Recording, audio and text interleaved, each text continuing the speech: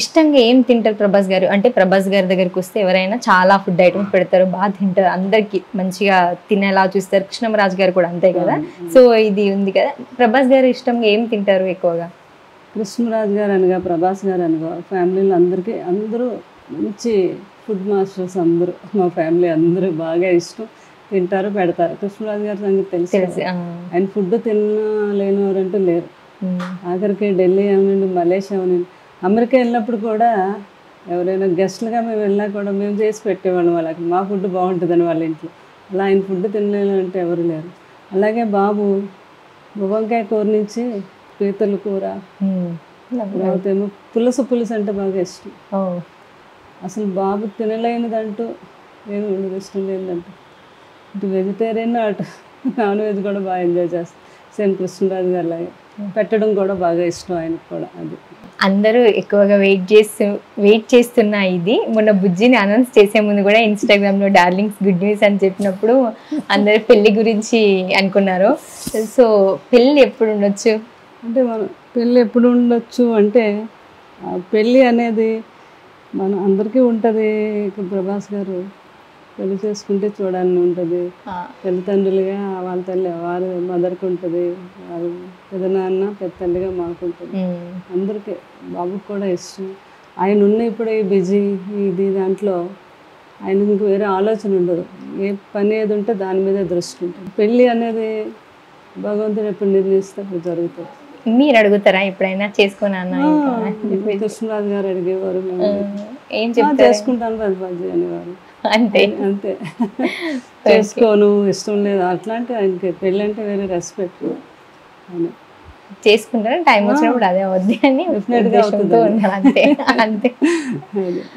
Okay, Baahubali movie కంటే ముందు వరకు ఒక రేంజ్ లో ఉంది సిచ్యువేషన్. బాహుబలి తర్వాత అదే ప్రభాస్ గారి రేంజ్ చాలా పెరిగిపోయింది.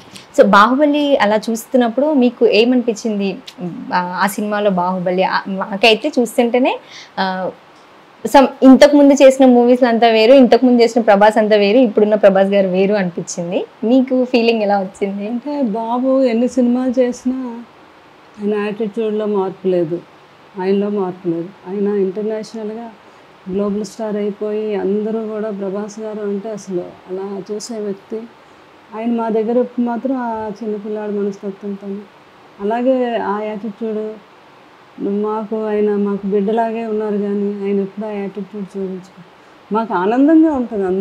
అందరూ బాహుబలి అంటుంటే మాకు కూడా అలా చూస్తూ ఉంటే నా కొడుకు ఇంత కృష్ణరాజు గారు ఎంత ఆనందపడుతున్నారు. నా కొడుకు ఇంటర్నేషనల్ ప్రతి ఒక్కరూ ఒకే మాట కదా, బాహుబలి.